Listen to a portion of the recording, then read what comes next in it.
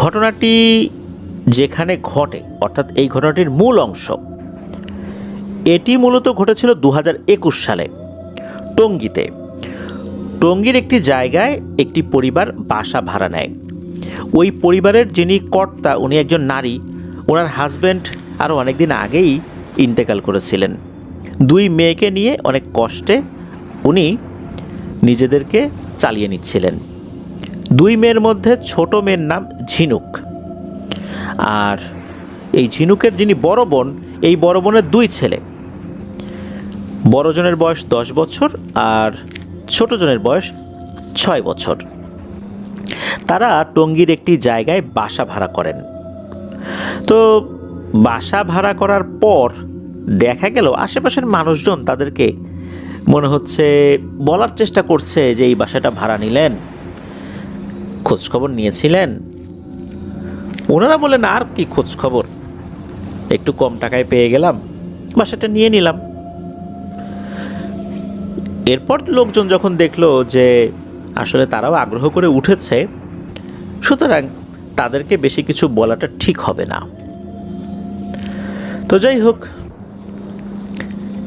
একটা পর্যায়ে কিন্তু কারো মুখ থেকে শুনেই ফেললেন একটা ভয়ঙ্কর ব্যাপার। সেটা হচ্ছে, ওনারা এই বাসায় ওঠার আগে 6 মাস এই বাসাটা পরিত্যক্ত অবস্থায় ছিল। কোনো ভাড়াটিয়া এখানে উঠতো না। কেউ কেউ এসে দেখে যেত, কিন্তু উঠতো না। কেন উঠতো না? এর পেছনে একটা কারণ ছিল। এই ফ্ল্যাটেই নাকি 4টা মেয়ে যারা ছিল অবিবাহিত, এদের বয়স ছিল 20 থেকে 26-এর ভেতরে, এরা প্রত্যেকেই এই ফ্ল্যাটে আত্মহত্যা করেছে। আত্মহত্যা করার আগে নাকি তাদের মানসিক অবস্থা অনেক পরিবর্তন হয়ে যেত। এরা সবসময় একাকী থাকার চেষ্টা করত, নিজেদের জীবন নিয়ে অনেক হতাশ হয়ে যেত, ফ্রাস্ট্রেশনে ভুগত, এরপর আত্মহত্যা করত। তখন এই ঝিনুকের মা বুঝতে পারলেন যে লোকজন আসলে কি বলার চেষ্টা করেছিল, কেনই বা বারবার বলছিল যে খোঁজখবর কি নিয়েছিলেন। এখন এই খবর যখন পেলেন, এটা শোনার পর ওনার তো চোখ কপালে উঠল যে সর্বনাশ, এখন কি করি। ঝিনুকের মা, উনি ঢাকার কারওয়ান বাজারে কাঁচামালের ব্যবসা করতেন।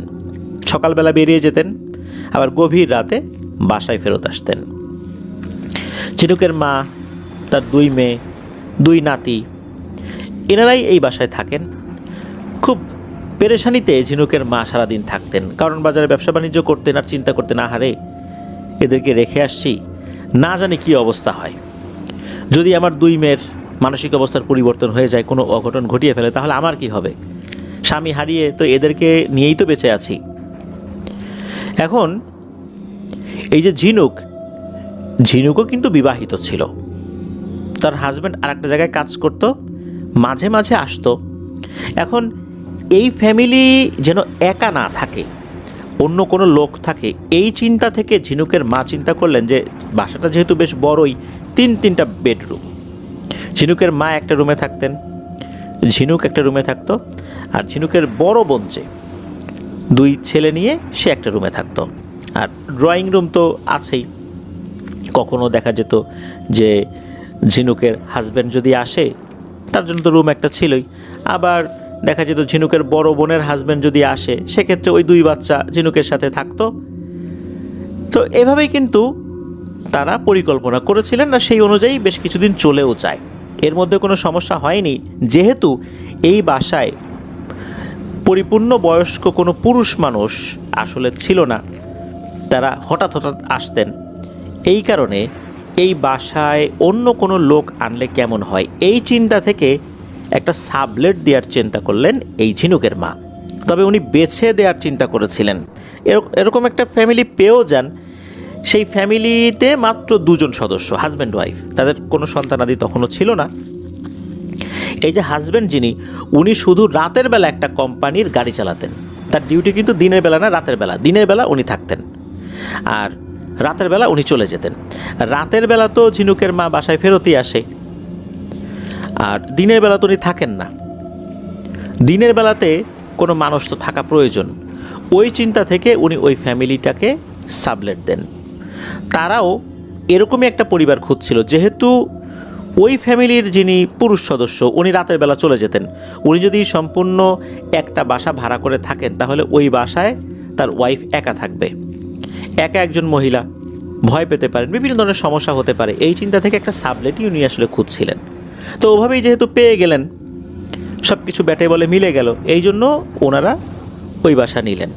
তো সব কিছু ঠিকঠাক মতোই যাচ্ছিল, কোনো সমস্যা হচ্ছিল না। এদিকে প্রায় 1 মাসের মতো চলে গেল, একদম স্বাভাবিক সব কিছু। আর এই যে ঝিনুক, তারপর ঝিনুকের বড় বোন, ঝিনুকের মা, ওনারাও সবসময় অ্যালার্ট থাকতেন। আর এই সাবলেট আসার আগে ওনারা কিন্তু একটা সতর্কতামূলক কাজ করতেন। সেটা হচ্ছে, ঝিনুকের মা কী করতেন, উনি অধিকাংশ সময় তার 2 মেয়ে 2 নাতি এর সবাইকে নিয়ে উনি কারণ বাজারে চলে আসতেন। যদি একা একা থাকা অবস্থায় তাদের ভিতরে এই হতাশা কাজ করে, কোনো একটা অঘটন ঘটে, তবে এরকম করে তো আর বেশি দিন চলা যাবে না, এটা তো একটা সাময়িক অবস্থা মাত্র। ওই চিন্তা থেকেই কিন্তু এই সাবলেটটা ওনারা নিয়ে এসেছিলেন। তো প্রায় 1 মাসের মতো চলে যায়, কোনো ধরনের কোনো সমস্যা হয়নি, একদম স্বাভাবিকই ছিল। শুরুটা হলো এই যে নতুন যে সাবলেট উঠেছে, এই হাজব্যান্ড ওয়াইফের মধ্যে এই ওয়াইফ যিনি, অর্থাৎ ভদ্রমহিলা যিনি, তার সাথে সমস্যাটা শুরু হলো। উনি যেহেতু রাতের বেলা একা একাই থাকতেন, ওনার হাজব্যান্ড রাতের বেলা গাড়ি চালাতে যেতেন একটা নির্দিষ্ট কোম্পানির। তো উনি খেয়াল করলেন যে রাতে যখন ওনার গভীর ঘুম আসে নাই, তখনও একটু ঘুম ঘুম ভাব আর কি, রুমের মধ্যে ডিম লাইট জ্বলতো, উনি খেয়াল করতেন মেঝেতে মনে হচ্ছে কেউ হাঁটাহাঁটি করছে। ঘরের দরজাটা উনি সিটকিনি লাগিয়ে রাখতেন। বাইরে হাঁটাহাঁটি করছে এরকম চিন্তা করেছিলেন, কিন্তু না, ওনার কাছে স্পষ্ট মনে হলো কেউ একজন হাঁটাহাঁটি করছে। একটা পর্যায়ে তার কাছে মনে হয় কোনো একটা ট্রান্সপারেন্ট অবয়ব, অর্থাৎ একটা স্বচ্ছ অবয়ব, ছায়া না ঠিক, এটা যদি এক জায়গা থেকে আরেক জায়গা যায় তখন কিন্তু কিছু কিছু জায়গায় একটু ঘোলা ঘোলা অনুভূত হয়, মনে হচ্ছে ওই রকম কিছু একটা হাঁটাহাঁটি করে, এটার শব্দ হচ্ছে, এটার হাঁটলে পরে যেরকম শব্দ হয় ফ্লোরের উপরে ওই রকম শব্দ হচ্ছে। শুরুতে এটা উনি ওনার দৃষ্টিভ্রম মনে করেছিলেন, অর্থাৎ দেখতে ভুল করেছেন এরকমটা মনে করেছিলেন উনি। পরে বুঝতে পারলেন এটা আসলে উনি ঠিকই দেখছেন। তারপর পানির গ্লাস টেবিলের উপরে কেউ নাড়াচাড়া করত, এক জায়গার থেকে সরিয়ে আরেক জায়গায় নিত। তো গ্লাসের উপরে একটা পিরিচ দিয়ে ঢাকা থাকতো, যখন এক জায়গার থেকে ঘর ঘর করে আরেক জায়গায় সরে যেত তখন পিরিচের উপরেও কিন্তু টুংটাং আওয়াজ হতো, পিরিচটাও নড়াচড়া করতো, আর গ্লাস এক জায়গা থেকে আরেক জায়গায় সরে যাচ্ছে, এক ধরনের ঘর ঘর আওয়াজ হতো। তো এটাও উনি প্রথম দিকে মনের ভুল মনে করেছিলেন, পরে বুঝতে পারলেন যে না, উনি যেটা দেখেছেন ঠিকই দেখেছেন। উনি উঠে লাইট জ্বালালে আর কিছু দেখা যায় না। প্রথম দিকে উনি ওনার স্বামীর কাছে কিছুই বলেননি। পরবর্তীতে যখন বুঝতে পারলেন বিষয়টা প্রতি রাতেই প্রতিনিয়তই ঘটে চলেছে, এটা তো আসলে মনের ভুল হওয়ার কোনো কারণ নেই। এরপর উনি ওনার স্বামীর কাছে বিষয়টি তুলে ধরেন। ওনার স্বামী বিষয়টাকে শুরুর দিকে পাত্তা দেয় না, কিন্তু এরপর যখন খুব ভালো করে উনি বুঝিয়ে বললেন যে না, আসলে তুমি যেটা মনে করতেছো সেটা না, আসলেই কোনো সমস্যা আছে। তাছাড়া উনিও আশপাশ থেকে কিছু খোঁজ খবর নিয়েছিলেন। যখন উনি ওনার হাজব্যান্ডকে জানালেন বিষয়টা, তখন ওনার হাজব্যান্ড বললেন আচ্ছা ঠিক আছে, আমি আজকে রাত্রে আর ডিউটিতে যাব না, আর একজন ব্যাকআপ ড্রাইভারকে পাঠিয়ে দিচ্ছি, আজকে রাত্রে আমি বাসায় থাকবো, দেখি কি হয়। পরের দিনই এই হাজব্যান্ড ওয়াইফ দুজনই এই ঝিনুকের মায়ের কাছে এসে বলল যে আন্টি কিছু মনে করবেন না, আমরা বাসাটা আজকেই ছেড়ে দিব। যেহেতু একটা নিয়ম আছে, ছাড়তে হলে আগে থেকে জানাতে হয়, সেটা নিয়ে আপনার দুশ্চিন্তা করতে হবে না। আমরা অ্যাডভান্সের টাকা, অর্থাৎ 1 মাসের অ্যাডভান্সের টাকা, এটা আমরা দিয়ে যাচ্ছি। এটাই ওনার সাথে চুক্তি ছিল। সেই অ্যাডভান্সের টাকা দিয়ে ওনারা রুমটা ছেড়ে দেন। আর ছেড়ে যাওয়ার আগে এই যে ঘটনাগুলো, এই ঘটনাগুলো বলেন। আর ওই রাত্রে ওই মহিলার হাজব্যান্ডও কিন্তু সেম জিনিসটা দেখেছিল। তো এরকম কিন্তু ঘটনা ঘটেছিল। তবে যেই রাতে ছাড়বেন আর কি, যেই দিন ছাড়বেন ওই দিনও আসলে টাকা পয়সা দেওয়ার পর ওই রাত্রে ছিলেন। তো ওই রাত্রে ঘটে আর একটা ঘটনা। ওই রাত্রে তো ওনারা আসলে বেশ কিছু আসবাবপত্র বা ওনাদের কাছে যে জিনিসগুলো ছিল ব্যাগটা গুছিয়ে রেখেছেন, পরদিন ওনারা চলে যাবেন। ওই রাত্রে ঝিনুকদের ঘরে চিল্লাচিল্লির আওয়াজ শুনে তাদের ঘুম ভেঙে যায়। ঝিনুকের বড় বোনের বড় ছেলে অস্বাভাবিক আচরণ শুরু করেছে, হাত পা চারদিকে ছোটাছুটি করছে। এরপর কচ্ছপের মতো করে খুব দ্রুত গতিতে এক জায়গা থেকে আরেক জায়গা হেঁটে বেড়াচ্ছে। কচ্ছপ যেভাবে চার পায়ে চলাচল করে ওইভাবে সে হাঁটাহাঁটির চেষ্টা করছে। এটা যে আমি বিড়ালের মতো হাঁটা বলবো, কুকুরের মতো হাঁটা বলবো, বা মাকড়সার মতো হাঁটা বলবো, এটা ঠিক এটাও না। ঠিক কচ্ছপের পা যেভাবে ফেলে সামনে পেছনে, ওভাবেই নাকি সেরকম করছে। পিঠটা উঁচু করে রেখেছে, কচ্ছপের পিঠের উপর যেরকম একটা শেল থাকে ওইভাবে। এরপর তার ভয়েসটা অনেকটাই মোটা হয়ে যায়, একটা জায়গায় বসে সে ভয়ঙ্কর সুরে কথা বলতে থাকে। কী যে কথা বলছে এটাও বোঝা যাচ্ছে না। আর সে ঘাড় ঘোরাচ্ছে, ডানে বায়ে ঘাড় ঘোরায় এত দ্রুত আসলে ঘাড় ঘোরানো কারোর পক্ষে পসিবল না। হ্যাঁ পসিবল, আমরা দ্রুত ঘাড় ঘোরাতে পারি, ডানে বায়ে সামনে এরকম, কিন্তু এটা সে খুব মাত্রাতিরিক্ত। সে ডান থেকে সরাসরি বায়ে তাকায় খুব দ্রুত, আবার বা থেকে সরাসরি ডানে তাকায় খুব দ্রুত, আবার উপর দিকে তাকায়। মানে সেকেন্ডে কিন্তু এই কাজগুলো করছে আর ক্রমাগত করছে। আমরা এটা করতে গেলে তো একটা সময় ঘাড় ব্যথা করবে, কিন্তু তার ঘাড়ও ব্যথা হচ্ছে না। এই সমস্যাটা ওনারা তো দেখলেন, পরের দিন তো ওনারা চলেই গেলেন। তো যাই হোক, ঘটনা ওই রাতে এ পর্যন্তই হয়। পরবর্তীতে ঝিনুকের মা তার গ্রামের বাড়ি থেকে একজন কবিরাজ নিয়ে আসেন। উনি এসে ঝাড়ফুঁক করেন। ওই ছেলেটা, অর্থাৎ যে বাচ্চা ছেলেটা এরকম করেছিল, তাকেও ঝাড়ফুঁক করেন। এটা কিন্তু পরের দিনই হয়েছিল, উনি ফোন করে জানিয়ে দিয়েছিলেন, পরের দিনই চলে এসেছিল। আর এই যে ঝিনুকের মা, ওনার বাবাও কিন্তু মোটামুটি ভালো মানের একজন কবিরাজ ছিলেন। বাবার কাছ থেকে কিছু টুকটাক কবিরাজি বা হালকা পাতলা ঝাড়ফুঁক উনি শিখেছিলেন, তবে নিজের পরিবারের উপর উনি যদি এটা প্রয়োগ করতেন সেটা নাকি কোনো কাজ হতো না। তো ঝিনুকের বাসায় যেই সাবলেট ছিল সে তো চলে গেল, সব কিছু তো বর্ণনা করেই গেল। সাবলেট যেহেতু চলে গেল আর ঝিনুকের বড় বোনের বড় ছেলের সাথে এরকম ঘটনা ঘটলো, তখন ওনারাও ওই বাসা ছেড়ে দেওয়ার জন্য জানালেন। এদিকে বাড়িওয়ালা বলল, না এভাবে তো আপনি ছাড়তে পারবেন না, 2 মাস আগে বলতে হবে, যদি যেতেই হয় 2 মাসের অ্যাডভান্স করে দিয়ে যান। এদিকে ওনারা তো এতটা ধনী ছিলেন না যে 2 মাসের ভাড়া একসাথে দিয়ে ওনারা আবার আর একটা জায়গায় গিয়ে 2 মাসের ভাড়া অ্যাডভান্স দিবেন, এটা তো ওনাদের পক্ষে সম্ভব ছিল না।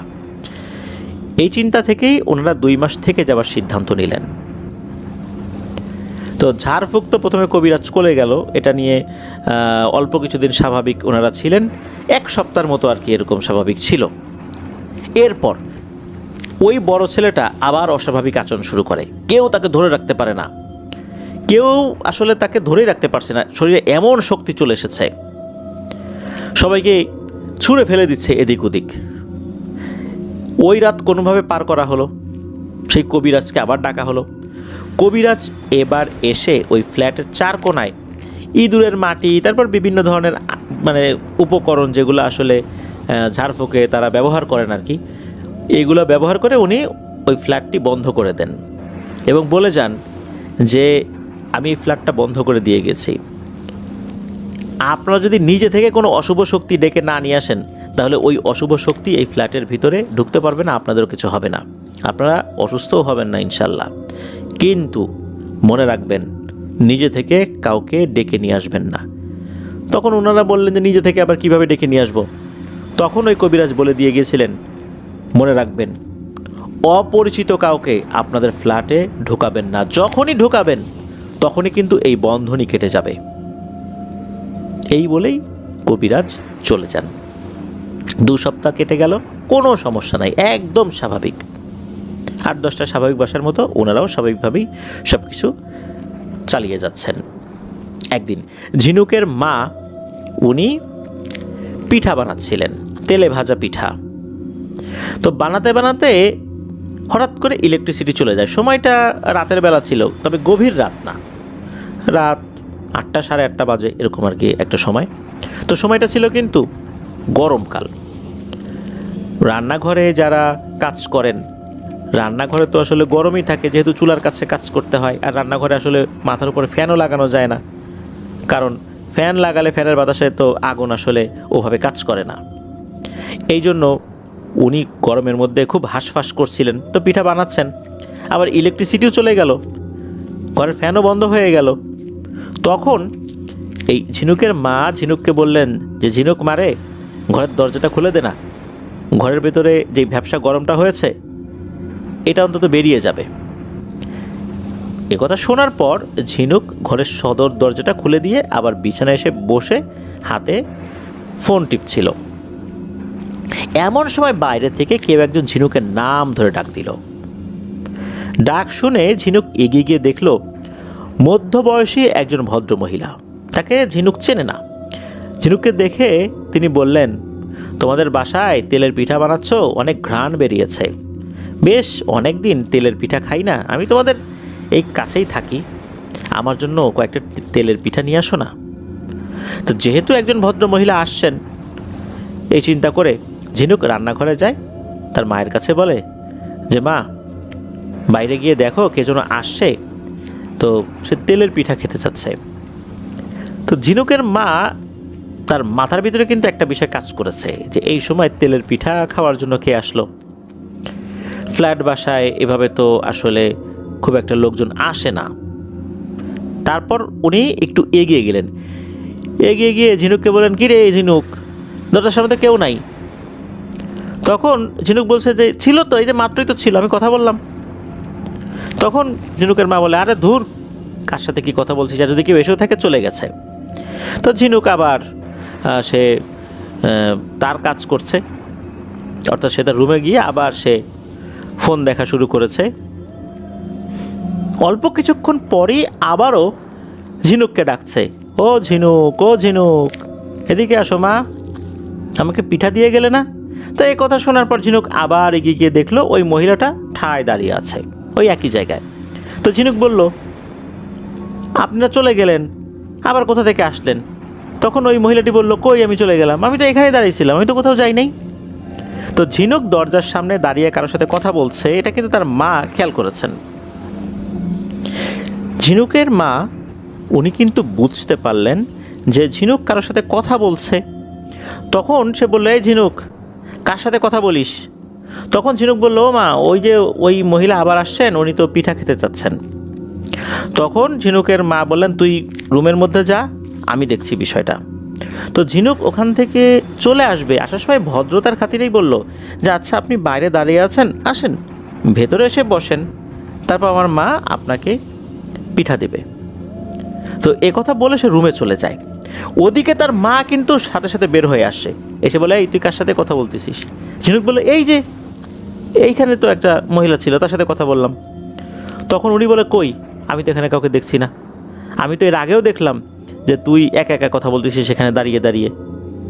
তখন ঝিনুকও বুঝতে পারলো যে কোনো একটা অঘটন এখানে ঘটে গেছে, কারণ সে বলেছে যে আসেন ভেতরে আসেন, মানে সে কিন্তু আহ্বান করেছে। ওই সময় কিছু না হলেও ওই রাতে ঝিনুক এবং ঝিনুকের মায়ের অবস্থা খুবই নাকি খারাপ হয়ে গিয়েছিল। সারাটা রাত শরীরে অসহ্য রকমের যন্ত্রণা তারা সহ্য করেছে। আর এর মধ্যে ঘটেছে আর একটা ভয়ঙ্কর ঘটনা। শরীরে তো যন্ত্রণা হচ্ছে, যার কারণে ঝিনুক কিন্তু সেভাবে ঘুমাতে পারছে না, বারবার একটু ঝিমুনি ভাব আসলেও ঘুম ভেঙে যাচ্ছে। একবার হয় কি, সে একটু ঝিমুনি ভাব এসেছে আর কি, বা ঝিমিয়েছে, এরপর তার চোখ খুলে যায়। চোখ মেলে তাকিয়ে দেখে এক ভয়ঙ্কর দৃশ্য। সে দেখে তার মাথার উপর যে সিলিং ফ্যান রয়েছে, এই সিলিং ফ্যানে ওড়না পেঁচিয়ে একটা মেয়ে ঝুলে আছে। তবে মেয়েটার চোখ বন্ধই ছিল, চোখ যে বড় বড় করে তার দিকে তাকিয়েছে বিষয়টা এরকম না। এটা দেখে তো সে প্রচণ্ড জোরে চিৎকার দিয়েছে। তার চিৎকার শুনে অন্য রুম থেকে লোকজন চলে আসছে, ঝিনুকের মা আসছে, ঝিনুকের বড় বোন আসছে, এসে বলছে কি হয়েছে। তখন ঝিনুক বলে যে এই জিনিস দেখেছি। তখন তারা তাদেরকে আসলে তারা তাদের মতো করে ঝিনুককে সান্ত্বনা দিয়েছে, বলেছে তুই স্বপ্ন দেখেছিস, ভয় পাস না, এসব নিয়ে সারাক্ষণ ভাবিস তো, এই জন্য এরকম স্বপ্ন দেখেছিস, এই বলে তারা তাদের রুমে চলে যায়।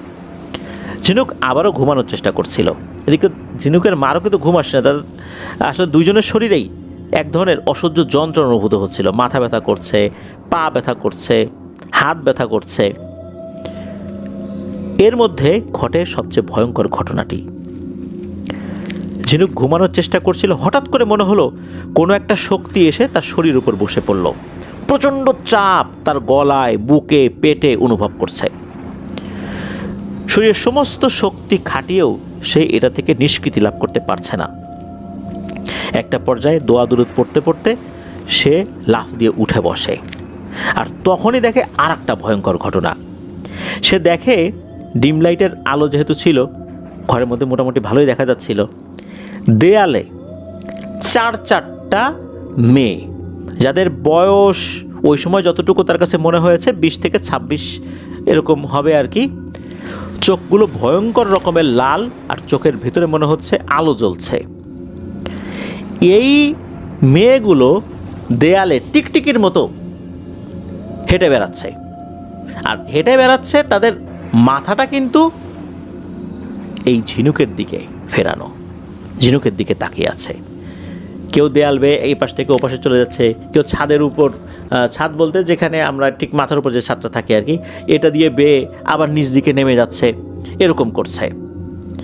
আর একটা পর্যায়ে হয় কি, এই চারজন একসাথে ঝিনুকের উপরে ঝাঁপিয়ে পড়ে। তবে ঝাঁপিয়ে পড়ার পর মনে হলো শরীরে এসে এখনই লেগে যাবে এগুলো, তখনই নাকি এগুলো বাতাসের সাথে মিশে যায়। ঝিনুক এবার এই জিনিসটা সহ্য করতে না পেরে প্রচণ্ড রকমের চিৎকার চেঁচামেচি শুরু করে। তার মা আবারও চলে আসে, বোনও চলে আসে।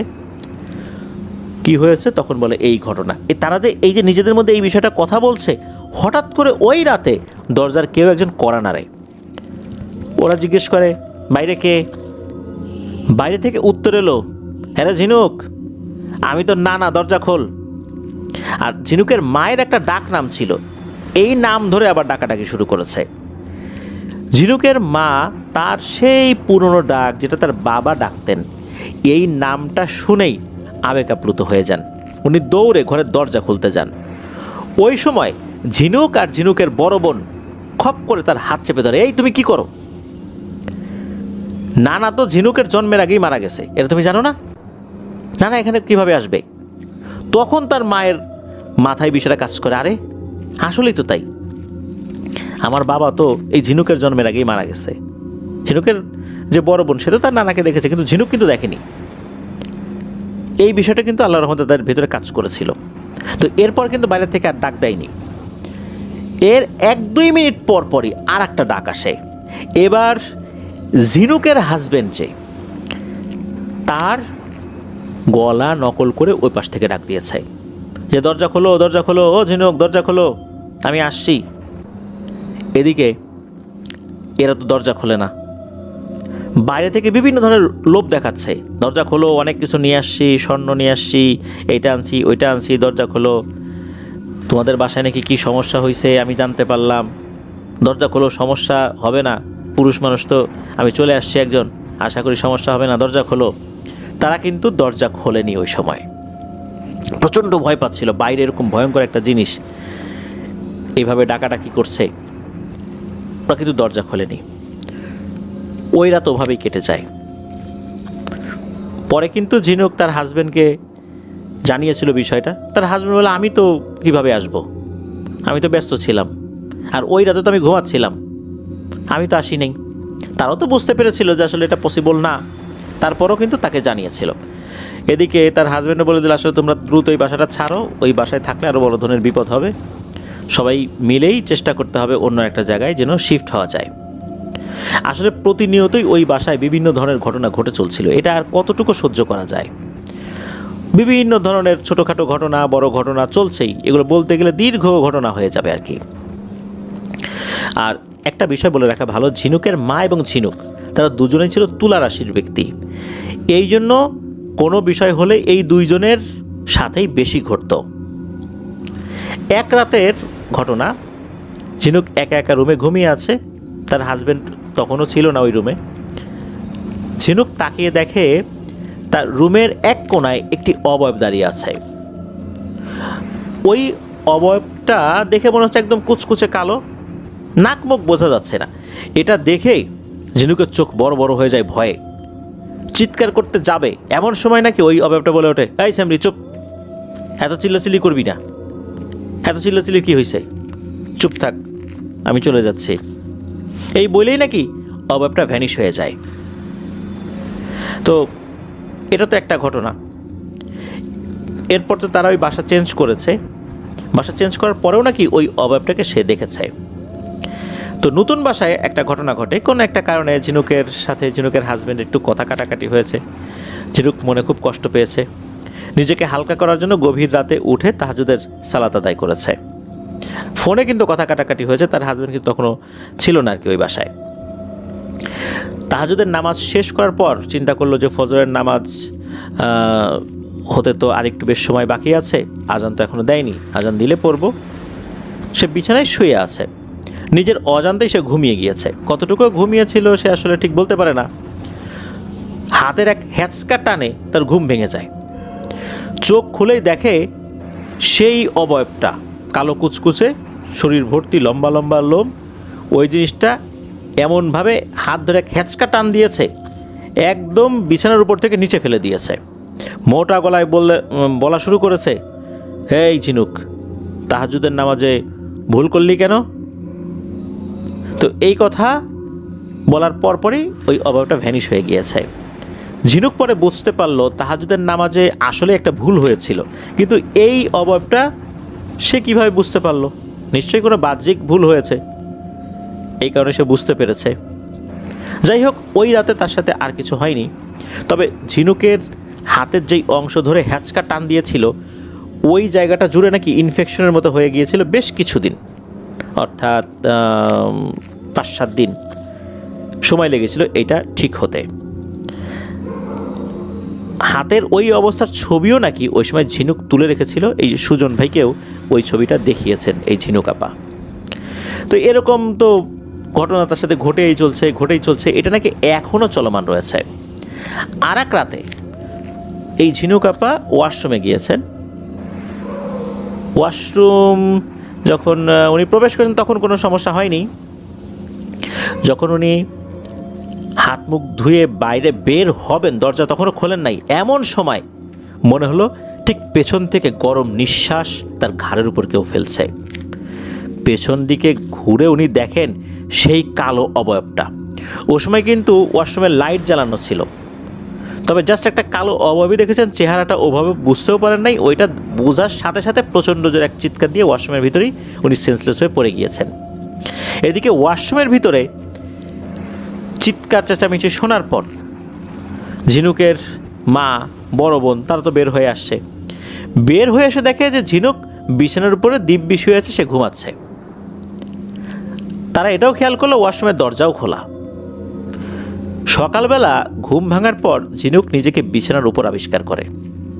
ঝিনুকের স্পষ্ট মনে আছে ওই রাতে সে ওয়াশরুমেই জ্ঞান হারিয়ে গিয়েছিল। তাহলে ওয়াশরুম থেকে কে বের করলো, বিছানাই বা কে নিয়ে আসলো, সে কিছুতেই বুঝতে পারলো না। সে তার মায়ের কাছে জিজ্ঞেস করলো যে আমাকে তোমরা কোথায় পেয়েছিলা? তারা বললো যে তুমি তো রুমের ভিতরেই ছিলা, বিছানার উপর শুয়েছিলা। তখন ঝিনুক বুঝতে পারলো যে বিষয়টা আসলে কি হয়েছে। ঝিনুক বলেছিল যে আসলে এই যে জিনিসটা, এই যে লোমশ অবয়বটা, এটা নাকি কোনো ক্ষতি করে না। এখনও সে এটাকে দেখে, আর এটা দেখতে দেখতে সে অভ্যস্ত হয়ে গেছে, এখন আর নাকি তেমন ভয় লাগে না। তবে হঠাৎ হঠাৎ চলে আসলে সে চমকে যায়, জাস্ট এই চমকে যাওয়া পর্যন্তই, এখন আর সে ওভাবে ভয় পায় না। এখন ঘটনার আরেকটি অংশে যাব। এই অংশটা ঝিনুকের মায়ের সাথে ঘটেছিল। একটি ঘটনা না, খণ্ড খণ্ড বেশ কিছু ঘটনা। তো ঝিনুকের মা এবং ঝিনুক দুজনই তো তুলা রাশির ব্যক্তি, আমরা তো একবার বলেছি। তো তাদের সাথে অনেক কিছুই তো ঘটে যায়, তারা দেখতে পায়। তো ঝিনুকের মায়ের নাম হচ্ছে কুলসুম। তো ছোটোবেলায় অনেক ঘটনাই তো ওনার সাথে ঘটেছে। এখনও উনি কারণ বাজারে কাঁচা তরকারি ব্যবসা করছেন। এই কুলসুম খালার দেশের বাড়ি চট্টগ্রামে। বর্তমানে কুলসুম খালার বয়স কিন্তু 60 হয়ে গেছে, 60-62। ওনার বয়স যখন 14-15 বছর, ওই সময় কুলসুম খালার নানা আদর করে ওনাকে একটা ছাগলের বাচ্চা দিয়েছিলেন। সে আনন্দের সাথেই এই বাচ্চাটাকে নিয়ে খেলাধুলা করতেন, মাঠে ঘাটে নিয়ে যেতেন, মাঠে ঘাটে এটাকে ঘাস খাওয়ানোর জন্য নিয়ে যেতেন। একদিন বাড়ির পেছনে ওই ছাগলের বাচ্চাটিকে ঘাস খাওয়ানোর জন্য রেখে উনি আবার বাড়িতে চলে আসেন, একটা কাজ ছিল, এটা কিন্তু বিকালবেলা। তো কিছুক্ষণ পর উনি চিন্তা করলেন যে যাই ওটাকে নিয়ে আসি। তো উনি যখন মাঠে যান, যে জায়গাটাতে ওনার ওই ছাগলটাকে রেখে গিয়েছিলেন ঘাস খাওয়ানোর জন্য, ওখানে তো বেঁধে রেখে গিয়েছিলেন, কিন্তু গিয়ে দেখেন ওখানে ওই ছাগলটা আর নাই। কোথায় গেল? উনি ওটাকে ডাকাডাকি করছেন, ছাগলের একটা নাম রেখেছিলেন, তো ডাকাডাকি করছেন সেটার নাম ধরে, কিন্তু কোনো সারা শব্দ নাই। আর আমরা অনেক সময় দেখা যাচ্ছে যে এই ধরনের ছাগল গরু যখন হারিয়ে যায় দূর থেকে ডাকে আয় আয় আয়, এভাবে কিন্তু ডাকে। তো উনি ওভাবেই ডাকাডাকি করছিলেন আর কি। কোথাও খুঁজে পাওয়া যাচ্ছে না। তো ওটাকে খুঁজতে খুঁজতে বাড়ি থেকে বেশ কিছুটা দূরে চলে আসছেন। তখন কিন্তু মাগরিবের আজান হতে বেশ কিছুটা সময় বাকিই আছে, অর্থাৎ আসরের নামাজের পর মাগরিবের আজানের আগে একটা মধ্যবর্তী সময় আমরা বলতে পারি আর কি। চারদিকে যথেষ্ট আলো রয়েছে। তো এই কুলসুম খালাদের বাসা থেকে নাকি কিছুটা দূরে দুটো চিতাখোলা রয়েছে, পাশাপাশি দুটো চিতাখোলা, মাঝখানে 8 থেকে 10 হাত জায়গা রয়েছে। কুসুম খালা দূর থেকে খেয়াল করলেন যে তার ওই ছাগলটা এই 2 চিতাখোলার মাঝখানে দাঁড়িয়ে আছে, অর্থাৎ এই দুইটা জায়গায় কিন্তু লাশ পোড়ানো হয়েছে। ঠিক এই দুটো জায়গার মধ্যবর্তী জায়গায় দাঁড়িয়ে আছে, কুলসুম খালার দিকেই তাকিয়ে আছে। তো কুলসুম খালা দূর থেকে ডাকাডাকি করলো, কিন্তু ছাগলটা তার দিকে তাকিয়ে আছে কিন্তু কাছে আসছে না। একটা সময় কুলসুম খালা সেখানে গিয়ে ছাগলের গলার রশি ধরে যেই না টান দিয়েছেন, তখন মনে হলো যে তার শরীরটা ভারী হয়ে গিয়েছে। ওনার পা কোনোভাবেই নাড়াতে পারছেন না, ঠিক ওভাবেই দাঁড়িয়ে আছেন। খালা কিন্তু আশেপাশে মানুষজনদেরকে দেখছেন, মাঠ থেকে কাজ সেরে বাড়ির দিকে যাচ্ছেন। তো খালা চিৎকার করে তাদেরকে ডাকছেন, কেউ তার দিকে তাকাচ্ছে না। এমন একটা অবস্থা। এদিকে মাগরিবের সময়ও ঘনিয়ে আসছে, তবে চারপাশে যথেষ্ট আলো রয়েছে তখনও। এমন সময় কুলসুম খালা দেখেন তার খুব কাছাকাছি হেঁটে যাচ্ছে, কাছাকাছি জায়গা দিয়ে হেঁটে যাচ্ছে আর কি, তার ছোট কাকা। কুলসুম খালা বলল, ও কাকা দেখেন আমি পা নাড়াতে পারছি না, আমি এখান থেকে যেতে পারছি না। এই বলে কুলসুম খালা তো কান্নাকাটি করছেন। এমন সময় কুলসুম খালা দেখলেন তার কাকা তার দিকে তাকালো, এরপর কাকা চোখটি বন্ধ করলো। 1 সেকেন্ড পরই উনি চোখ খুলে ফেললো। যখনই চোখ খুলেছেন তখন মনে হলো ওনার চোখ দুটো আগের থেকে অনেক বড় হয়ে গেছে, আর চোখ দুটো রক্তবর্ণ ধারণ করেছে। খালার দিকে তাকিয়ে একটা ফু দিয়েছে, সাথে সাথে কুলসুম খালার শরীরটা হালকা হয়ে যায়। কুলসুম খালা দ্রুত ওখান থেকে বাড়িতে চলে আসেন। বাড়িতে ঢোকার সময় কুলসুম খালা অবাক হয়ে যান, তার ছোট কাকা বাজারের ব্যাগ হাতে নিয়ে বাজারের দিকে যাচ্ছে। উনি মাঠ থেকে ফিরেছেন, এবার বাজারের দিকে যাচ্ছেন। তখন কুলসুম খালা বলেন, ও কাকা তুমি তো বাড়িতে আসলা কখন? আমি তো তোমাকে মাত্রই দেখে আসলাম, তুমি না আমার পরে বাড়িতে ঢুকলা মনে হচ্ছে, তুমি এখন আবার কোথায় যাও? কুলসুম খালা কাকাকে দেখে বুঝতে পারলেন উনি মাঠ থেকে ফিরে এসে সুন্দর করে গোসল করেছেন, পরিপাটি হয়েছেন, এবার যাচ্ছেন। এটার জন্য তো সময় লাগে। তখন ওই ছোটো কাকা বলে যে কি হয়েছে বলতো? তখন উনি খুলে বলেন, এই ঘটনা, আমি তো তোমাকে ডাকলাম, তুমি ফু দিলাম, আমি চলে আসলাম। তখন ছোটো কাকা উনি মৃদু হেসে দিয়ে বললেন, যারে ও কিছু না, ওটা আমি ছিলাম না, এটা নিশ্চিত থাক। তবে যেটা ছিল ভালো ছিল, আর এই সময়ে ওই দিকটাতে আর কখনো যাবি না। এই বলে উনি বাজারের দিকে চলে যান। এই যে কুলসুম খালার ছোট কাকা, ওনার সাথে নাকি একটা পরহেজগার জিন থাকতো।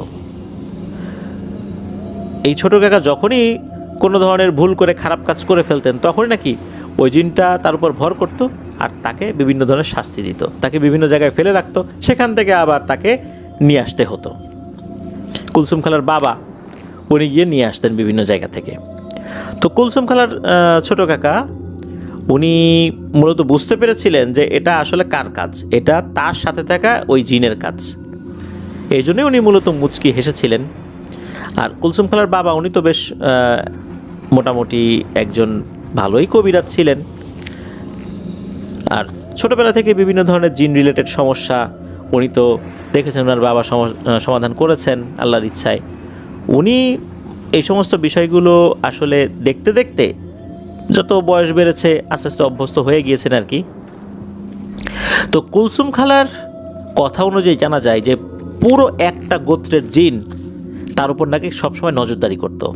এই গোত্রের মধ্যে দেখা যাচ্ছে যে পা খোরা আছে এমন জিন, তারপর অন্ধ জিন, বোবা জিন, বিভিন্ন ধরনের জিন রয়েছে যাদেরকে খালা সচক্ষে দেখেছেন। এই গোত্রের জিনের অধিকাংশই কুলসুম খালাকে নাকি ক্ষতি করার চেষ্টা করেছে। বিভিন্ন জায়গায় কুলসুম খালা গিয়েছেন, ক্ষতি করার চেষ্টা করেছে। তবে ছোট চাচার রূপ ধরে যে জিনটা এসেছিল, এই জিনিসটা নাকি তাকে বিভিন্নভাবে সেভ করার চেষ্টা করেছে আল্লাহর ইচ্ছায়, অদৃশ্যভাবে বা কখনো সামনে এসে। মূলত কুলসুম খালার বাবা কবিরাজ ছিলেন, তো এই জন্যই জিন জাতির অনেকেই এই পরিবারের উপর ক্ষিপ্ত ছিল। আর তাছাড়া উনি নিজেও তো তুলা রাশির লোক, খুব সহজেই উনি আক্রান্ত হয়ে যেতেন। কুলসুম খালা ছোটবেলা থেকেই অনেক ডান পিটে ছিলেন। একটা ছেলে মানুষ যে পরিমাণ কাজগুলো করতে পারতেন, কুলসুম খালা দেখা যেত যে তার থেকে আরও বেশি করতে পারতেন। কোথাও মাছ ধরতে গেলে 5-6 জন মিলে যে মাছ ধরতো, কুলসুম খালা একাই দেখা যেত তার থেকে বেশি মাছ পেয়েছেন। অনেকেই নাকি হিংসা করে বলতো, হ্যাঁ রে কুলসুম, তুই একা কিভাবে এত মাছ ধরতে পারিস, আমরা তো মাছ এত ধরতে পারি না। তো এরকম ঘটনা তো ঘটতই। এক রাতে নাকি কুলসুম খালাকে নিশি ডাক দিয়ে মধ্যরাতে ঘর থেকে বাইরে নিয়ে যায় মেরে ফেলার জন্য। আল্লাহর ইচ্ছায় আসলে তার কোনো সমস্যা হয়নি। দিনের বেলাতে নাকি তার চাচাতো ভাই বোনদের সাথে গল্প করে যে ভোরবেলা মাছ ধরতে যাবেন। ভোর অর্থাৎ যখন একটু সকাল সকাল হয়ে গেছে, তখন রাত থাকতে না। কিন্তু তাদের বাড়ির পাশে একটা বিশাল পুকুর ছিল, ওটা আবার সেচ দিয়ে পানি অনেকটাই কমিয়ে ফেলা হয়েছিল, একদম তলানি পড়েছিল। তো ওটাতে মাছ ধরতে যাবেন। ওই রাতেই নাকি তার চাচাতো ভাইয়ের রূপ ধরে এসে তাকে ডেকে নিয়ে যায়। কুলসুম খালা বাইরে বের হয়ে দেখেন চারদিকে মোটামুটি আলোই আছে। তার চাচাতো ভাই সামনের দিকে দ্রুত এগিয়ে যাচ্ছে আর তাকে বারবার বলছে, আয় আয়, দ্রুত আয়, দ্রুত আয়, তাড়াতাড়ি পাচালা। ভাইয়ের আচরণটা কিছুটা অস্বাভাবিক তার কাছে মনে হয়। আর যেহেতু চারপাশে সকাল হয়ে গেছে, উনি চিন্তা করলেন যে এ আর এমন কি, সকালই তো হয়ে গেছে। আর সবসময় তো মানুষের মেজাজ মর্জি ভালো থাকে না। এই চাচাতো ভাই আবার মাঝে মাঝে একটু রেগে যেত আর কি। হতে পারে যে কোনো কারণে রাতের বেলা মা বাবার সাথে ঝগড়া হয়েছে, ঘুমিয়ে গেছে, ওই মেজাজ গরম এখনও আছে। তারা কিন্তু ওই পুকুরে চলে গিয়েছেন। কুলসুম খালা একটা পাতিল নিয়ে গিয়েছিলেন, তো উনি মোটামুটি ভালোই মাছ পাচ্ছিলেন আল্লাহর ইচ্ছায়। উনি তো ওই পাতিলের মধ্যে মাছ রাখছেন। একটা পর্যায়ে হয় কি, পাতিলটা ভরে যায়। তখন কুলসুম খালা তার চাচাতো ভাইকে বলেন, ও ভাই, আমি বাসায় চলে যাই, আমার তো মাছ ধরা শেষ, তুমি ধরো। এই বলে সে চলে যাবে, এমন সময় তার ওই চাচাতো ভাই বলে, আরে দাঁড়ান, আরেকটু দাঁড়া, একসাথে যাই। এদিকে কাদার মধ্যে দাঁড়িয়ে থাকবেন আর মাছ ধরে রাখবেন বা কোথায়, রাখার তো আর জায়গা নেই। তখন কুলসুম খালা বলছেন যে না, আমি যাই, তুমি থাকো, সকাল হয়ে গেছে, এখন তো এখনই সূর্য উঠবে, এখন আর আমার থেকে তো দরকার নাই, এখন তো আর ভয়ের কিছু নাই যে আমি থেকে তোমাকে সঙ্গ দিব, তুমি ভয় পাবা। সে বারবার বলছে, কিন্তু ওই জিনিসটা নাকি তাকে বলছে, আরেকটু দাঁড়ান, আরেকটু দাঁড়া, একটু দাঁড়া। এরকম অস্বাভাবিক আচরণ দেখে কিন্তু কুলসুম খালা কিছুটা আঁচ করতে পেরেছিলেন যে এখানে অস্বাভাবিক কিছু আছে। উনি ভয় পেতে লাগলেন। এমন সময় পুকুরের উপর দিক থেকে ডাক এলো ছোট কাকার, হ্যাঁ রে কুলসুম, কি করছিস? উত্তরে কুলসুম খালা বললেন যে এই যে কাকা, মাছ ধরছি। এদিকে তার ছোট কাকা বললেন, আমি এই যে বসলাম এখানে, মাছ ধর, দেখি কি হয়, কোনো ভয় পাস না। এই বলে যখন উনি বসলেন, তখন কুলসুম খালা কি মনে করে তার চাচাতো ভাইয়ের দিকে যখন তাকিয়েছেন, তখন দেখলেন সেখানে তার চাচাতো ভাই নাই। তখন ওই চাচা যেখানে বসেছেন ওই দিকে তাকালেন, তখন দেখা গেল সেখানে চাচাও নাই। তখন কুলসুম খালা বুঝতে পারলেন যে ঘটনাটা কি হয়েছে। মূলত তাকে ডেকে নিয়ে এসেছিল এই ছোট কাকার রূপ ধরে ওই জিনটা এখানে এসেছিল। উনি তো মাছ ধরেছিলেন, একটা পাতিলের মধ্যে রেখেছিলেন। উনি যেই না ওই পাতিলটা নিতে যাবেন, তখন দেখেন ওই পাতিলের মধ্যে কোনো মাছই নেই, একটা মাছও নাই। এরপর উনি দ্রুত বাড়িতে চলে আসেন। বাড়িতে আসার পর বুঝতে পারেন যে এখন আসলে রাতের বেলা, সকালও না। একটা ভয়ঙ্কর মায়াজালে আবদ্ধ করে ওনাকে নিয়ে এসেছিল। উনি মনে করছেন চারদিকে সকাল হয়ে গেছে, আসলে সেটা সকাল ছিল না। আল্লাহর রহমতে উনি তো ওই যাত্রায় বেঁচে যান। পরবর্তীতে উনি ওনার চাচাতো ভাইকে জিজ্ঞেস করেছিলেন, যদিও বা উনি জানতেন ঘটনা কী হয়েছে, তারপর উনি চাচাতো ভাইকে এই বিষয়টা জিজ্ঞেস করেন যে তুমি কি আমাকে ডাকছিলে নাকি। সে তো অবাক হয়, কই না তো, আমি তো ডাকি নেই। তখন পুরো ঘটনাটা খুলে বললেন, এই ঘটনা ঘটেছে আর কি। এই ঘটনার কিছুদিন পর কুলসুম খালা আরেকটি ঘটনার সম্মুখীন হন। একদিন সন্ধ্যাবেলা কুলসুম খালার এক প্রতিবেশী সুরত ধরে একজন মহিলা এসে কুলসুম খালাকে বলল, এই কুলসুম চল, পাহাড়ে মুরগি নেমেছে এক পাল, চল মুরগি ধরে আনি। তখন নাকি ওই কুলসুম খালাদের বাড়ির পাশে যে পাহাড়টা ছিল, সেই পাহাড় থেকে মাঝে মাঝে এই বন মুরগি বা বন মোরগগুলো নেমে আসতো দল বেঁধে। অনেকে সেগুলো ধরতো, ধরে নিয়ে যেত, জবাই করে খেত। যদিও বা বাংলাদেশের আইনে সেটা অন্যায়, তবুও ওই এলাকায় যারা আছেন আর কি, তারা তো এই কাজটা করেন। প্রতিবেশী ওই মহিলার সাথে কুলসুম খালা হেঁটে যাচ্ছেন মুরগি ধরার জন্য। তো ওই মহিলা পাহাড়ের অনেকটা উঁচুতে নিয়ে যাচ্ছেন তাকে, যে আয় উপরে, আয় উপরে, ওইখানে আছে। তো একটু আগে বলেছিল যে এই মুরগির পাল নাকি নিচ দিকে নেমে এসেছে, তো এখন উঁচুতে নিয়ে যায় কেন? তো কুলসুম খালা তার সাথে তো উপরে উঠছেন, উঠতে উঠতে কোনো কিছুর সাথে হোঁচট খেয়ে খালা পড়ে যান। পড়ে যাওয়ার পর উঠে দাঁড়িয়ে উনি দেখলেন সেই প্রতিবেশী মহিলাটা তার পাশে আর নেই। আর ওই সময় খালার সামনে বেশ কিছু বন মোরগ মুরগি হাঁটাহাঁটি করছে। কুলসুম খালা ভেবেছেন যে এই মহিলা হয়তো বা মুরগি ধরার জন্য এদিক ওদিক চলে গেছে, যাই আমি এখন কয়টা মুরগি ধরে ফেলি। এই বলে খালা মুরগির পেছনে যখন ধাওয়া করেছেন, ধরার চেষ্টা করছেন, কিছুতেই উনি কোনো মুরগি ধরতে পারছেন না। মনে হচ্ছে মুরগিগুলো খুব বেশি সচেতন, এদিক ওদিক ছুটে চলে যাচ্ছে। আগে কিন্তু উনি মুরগি ধরেছেন, অনায়াসেই ধরেছেন আর কি, কিন্তু আজকে হচ্ছে না। এরকম হতে হতে একটা সময় খালা পাহাড়ের একটা সাইডে চলে আসেন। এমন সময় উনি ফিল করেন কোনো একটা মানুষের হাত তাকে পেছন থেকে অনেক জোরে একটা ধাক্কা দেয়। কুলসুম খালা মুখ থুবড়ে নিচে কয়েকটা গড়ান দিয়ে পড়তে পড়তে কিছু লতা পাতা দুই হাত ধরে আঁকড়ে ধরেন। নিজেকে ব্যালেন্স করে উপরের দিকে যখন তাকিয়েছেন, তখন দেখেন ওই মহিলাটা দাঁড়িয়ে খিলখিলিয়ে তার দিকে তাকিয়ে হাসছে। তখন কুলসুম খালা বুঝতে পেরেছিলেন যে কুলসুম খালা যার সাথে এসেছেন সে কোনো মানুষ না। এরপর নাকি ওই মহিলাটা অদৃশ্য হয়ে যায়। কুলসুম খালা দ্রুত নিজেকে সামলে নিয়ে পাহাড় থেকে নিচে চলে আসেন। এই যে নিচে চলে আসে, এর মধ্যেও কিন্তু উনি কোনো বন মোরগ বা মুরগি দেখেননি। উনি নিচে আসার পর তার বাবার কাছে সব ঘটনা খুলে বলেন। কুলসুম খালার বাবা কুলসুম খালাকে আরও সতর্ক থাকার পরামর্শ দেন। আর কুলসুম খালার উপর সবসময় পিশাচ শ্রেণীর জিনগুলো আসর করেছে, ক্ষতি করার চেষ্টা করেছে, তাকে মেরে ফেলারও চেষ্টা করেছে, কিন্তু আল্লাহর অশেষ রহমতে উনি বারবার বেঁচে ফিরেছেন। একটা ঘটনা বলে শেষ করব। এই ঘটনাটি, উনি একটা সময় টঙ্গীর একটা মিলে চাকরি করতেন। কোনো একটা সমস্যার কারণে, পলিটিক্যাল প্রবলেম বা কোনো একটা কারণে খালার পাশেই একটি ভয়ঙ্কর গ্রেনেড ব্লাস্ট হয়। সাথে সাথে কুলসুম খালা জ্ঞান হারান। জ্ঞান ফেরার পর খালা নিজেকে আবিষ্কার করেন ওই গ্রেনেড হামলার স্থান থেকে প্রায় 40-50 ফুট দূরে একটি ওয়াশরুমের ছাদের উপরে। উনি কিন্তু একদম গ্রেনেডের কাছাকাছি জায়গায় ছিলেন বিস্ফোরিত হওয়ার সময়। ওই সময় আশেপাশে যারা ছিল তারা কিন্তু গুরুতরভাবে আহত হয়েছিল। কেউ যদিও মারা যায়নি, তবে আহত হয়েছিল। অথচ কুলসুম খালার শরীরে একটা নখের আঁচড়ও লাগেনি।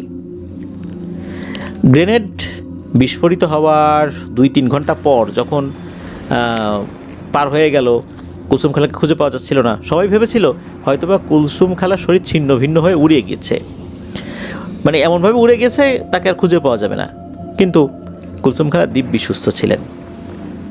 ওনাকে নাকি 5 তলার উপর থেকেও ধাক্কা দিয়ে ফেলে দেওয়া হয়েছে, কিন্তু নিচে পড়ার পরও নাকি উনি গুরুতরভাবে কোনো আঘাতও পান নাই। বারবার জিনেরা তাকে হত্যা করার চেষ্টা করেছে, আর বারবারই কোনো এক অদৃশ্য শক্তি আল্লাহর ইচ্ছায় তাকে সেভ করার চেষ্টা করেছেন। আল্লাহ যাকে যতটুকু হায়াত রাখবেন তিনি ততটুকুই বাঁচবেন। কেউ চাইলেও তাকে কেউ মারতে পারবে না। আর আল্লাহ তাআলা যাকে মারতে চাইবেন পৃথিবীর সমস্ত শক্তি মিলেও তাকে রক্ষা করতে পারবে না। এটাই বাস্তবতা। প্রিয় লিসেনার্স, ঘটনাটি এ পর্যন্তই।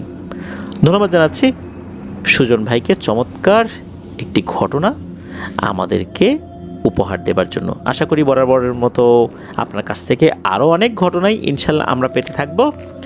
প্রিয় লিসেনার্স, চলুন চলে যাব আমাদের এবারের এপিসোডের দ্বিতীয় এবং শেষ ঘটনায়। তবে যাবার আগে একটি কথা, সেটা হচ্ছে আমি মাঝে মাঝে আপনাদেরকে বলেছি, যখন কোনো বাসা দেখবেন দীর্ঘদিন ফাঁকা পড়েছিল, কোনো বাড়ি দীর্ঘদিন ফাঁকা পড়ে আছে, বেচা কেনা হচ্ছে না, কোনো ফ্ল্যাট ফাঁকা পড়ে আছে অনেক দিন, কোনো ভাড়া হচ্ছে না, অনেকে অনেক অল্প টাকায় কোনো জমি বিক্রি করে দিতে চাচ্ছে, ফ্ল্যাট বিক্রি করে দিতে চাচ্ছে, বাড়ি বিক্রি করে দিতে চাচ্ছে, ভিটা বিক্রি করে দিতে চাচ্ছে, অনেক অল্প টাকায় ফ্ল্যাট ভাড়া দিতে চাচ্ছে বা কোনো বাসা ভাড়া দিতে চাচ্ছে অনেক অল্প টাকায়, তখনই কিন্তু আপনারা খুব দৃঢ়ভাবে সন্দেহ করবেন এবং এটা অনুসন্ধান করার চেষ্টা করবেন ঘটনাটা কি।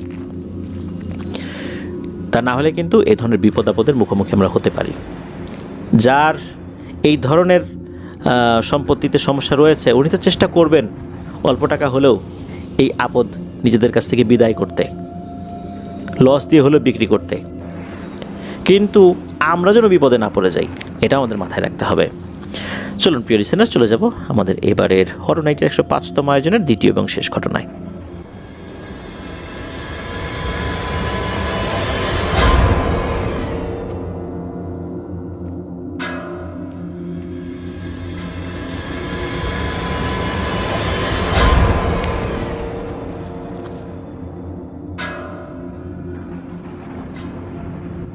আবারও স্বাগতম জানাচ্ছি প্রিয় লিসেনার্স আমাদের এবারের হরর নাইটের 105তম আয়োজনের দ্বিতীয় এবং শেষ ঘটনায়। এখন যে ঘটনাটি আপনাদের সাথে শেয়ার করব, এই ঘটনাটি আমাদেরকে যিনি পাঠিয়েছেন ওনার নাম ইব্রাহিম খলিল। ওনার পাঠানো বেশ কয়েকটি ঘটনা ইতিমধ্যেই আমরা প্রচার করেছি।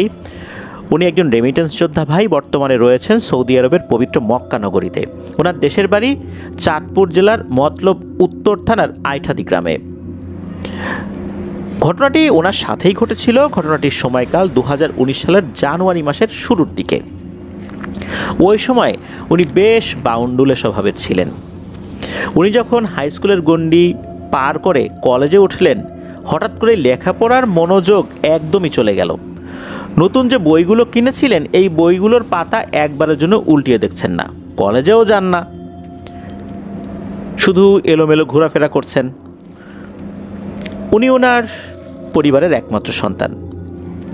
ওনার বাবা যতটুকু জমি জমা করেছেন এগুলো তো উনি দেখাশোনা করছেন, কিন্তু বাবা হিসাবে যে দায়িত্বটা, সন্তানকে দায়িত্বশীল একজন ব্যক্তি হিসাবে তৈরি করা, কিন্তু ইব্রাহিম খলিল ভাই তো অমন হচ্ছেন না। এটা নিয়ে কিন্তু ওনার বাবার মনের মধ্যে খুব আক্ষেপ, যাহারে এখন যদি আমার একটা কিছু হয়ে যায়, এই ছেলেটা কি করবে? এই সব সম্পত্তি তো ধ্বংস করে ফেলবে। এ তো কোনোভাবেই দায়িত্বশীল হচ্ছে না। একে তো উপার্জনক্ষম তৈরি করা আমারও একটা দায়িত্ব। দায়িত্বশীল হিসাবে তাকেও তো কিছু তালিম দিতে হবে। আমি যেমন তার দায়িত্বশীল, তাকেও তো দায়িত্বশীল হিসাবে এই পরিবারের হাল ধরতে হবে একটা সময়। উনি চিন্তা করলেন যে লেখাপড়া তো হচ্ছে না, তার একটা কাজ করি, শহরে পাঠাই দিই, অর্থাৎ ঢাকা শহরে চাকরি বাকরি করুক, একটু উপার্জন করা শিখুক। পাঠিয়ে দিলেন ঢাকা শহরে। ঢাকা শহরে পাঠিয়ে দেবার পরও নাকি ওনার মধ্যে এই বাউন্ডুলের স্বভাব যাচ্ছিল না। একটা চাকরি করেছেন, সারা মাস চাকরি করার পর বেতন দেবার 2-3 দিন আগে বাড়িতে চলে আসছে। কি হলো, চলে আসলি কেন? ভাল লাগে না। এরপর আবার একটা চাকরিতে গিয়েছেন, একই অবস্থা। 25-26 দিন চাকরি করে একদম মাসের শেষ দিকে বেতন না নিয়ে চলে আসছেন। কেন আসলি? ভালো লাগে না, এটা ভালো না, ওইটা ভালো না, এরকম বিভিন্ন অজুহাত। তখন ওনার বাবার তো মেজাজ হয়ে গেছে ভীষণ গরম, যে এই ছেলেটা এ কী স্বভাব? আরে 1 মাস চাকরি করলি, বেতনটা তো নিয়ে আসবি। এতটুকু বুদ্ধি যদি তার না থাকে, তাহলে সে কিভাবে এই ক্ষেত খোলা দেখাশোনা করবে? ওনার তো মেজাজ ভীষণ গরম।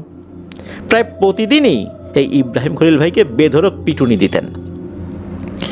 একদম গরু পিটানো বলতে যেটা বোঝায় আর কি, যেমনটা ইব্রাহিম খলিল ভাই বলেছেন। ওনার মধ্যে তো ওই বোধটা তখনও জাগ্রত হয়নি। বাবার হাতে মার খেয়ে মন খারাপ করে বাসার থেকে বাইরে বেরিয়ে যেতেন। সারা রাত এদিক ওদিক ঘোরাফেরা করতেন।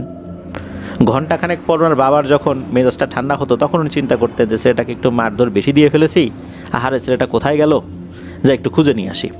উনি আবার বাইরে বের হতেন। বের হয়ে খোঁজাখুঁজি করতেন, কখনো পেতেন না। বাজারের দিকে চলে যেতেন, ওনাদের বাসা থেকে বাজারটা খুব যে দূরে ছিল বিষয়টা এরকম না। আর 2019 সালের ঘটনা তো, এই 2018 সালের শেষ দিকে এই সমস্যাটা প্রকট আকার ধারণ করেছিল আর কি। এরকম মারধর খেতেন বাবার হাতে। তখন তো বাজার ঘাটে একদম এখনকার মতো সব কিছু স্বাভাবিক আর কি। এটা তো বেশি দিন আগের কথা না। লোকজন অনেক রাত পর্যন্ত বাজার ঘাটে থাকতো, দোকান খোলা রাখতো, গল্পগুজব করতো। তো ইব্রাহিম খলিল ভাইয়ের বাবা যেতেন, গিয়ে বিভিন্ন মানুষদেরকে জিজ্ঞেস করতেন, এই ইব্রাহিমকে দেখছো নাকি তোমরা? ছেলেটা তো রাগ করে বাসা থেকে বের হয়ে গেছে। তখন ওনারাও আফসোস করতেন, আহারে ছেলেটার জন্য আপনি এত কষ্ট করতেছেন, এত চিন্তা করতেছেন, শাসন করতেছেন, ছেলেটা তো আসলে বুঝতেছে না। যাক, ও আসলে একটু যখন বয়স একটু বেশির দিকে যাবে আস্তে আস্তে ঠিক হয়ে যাবে, এখনও তো বাচ্চা কাচ্চা মানুষ। তো এইভাবে মানুষ আবার ইব্রাহিম খলিল ভাইয়ের বাবাকে সান্ত্বনা দিতেন। ইব্রাহিম খলিল ভাইকে কখনো কখনো উনি পেতেন, পাওয়ার পর বাসায় নিয়ে আসতেন, কখনো কখনো পেতেন না। ইব্রাহিম খলিল ভাই ভোরের দিকে বাসায় আসতেন বা সকাল হলে বাসায় আসতেন, আশপাশ দিয়ে ঘোরাফেরা করতেন আর কি। তো যেই রাতে ঘটনাটি ঘটে সেই রাতের কথা বলছি। সন্ধ্যার পর বাবার হাতে বেধড়ি পিটুনি খেলেন। এবার পিটুনির মাত্রাটা বেশি ছিল। এমন বেধড়ক পিটুনি খেয়েছেন যে শরীরের বিভিন্ন জায়গায় মারাত্মক ব্যথা হয়ে গেছে।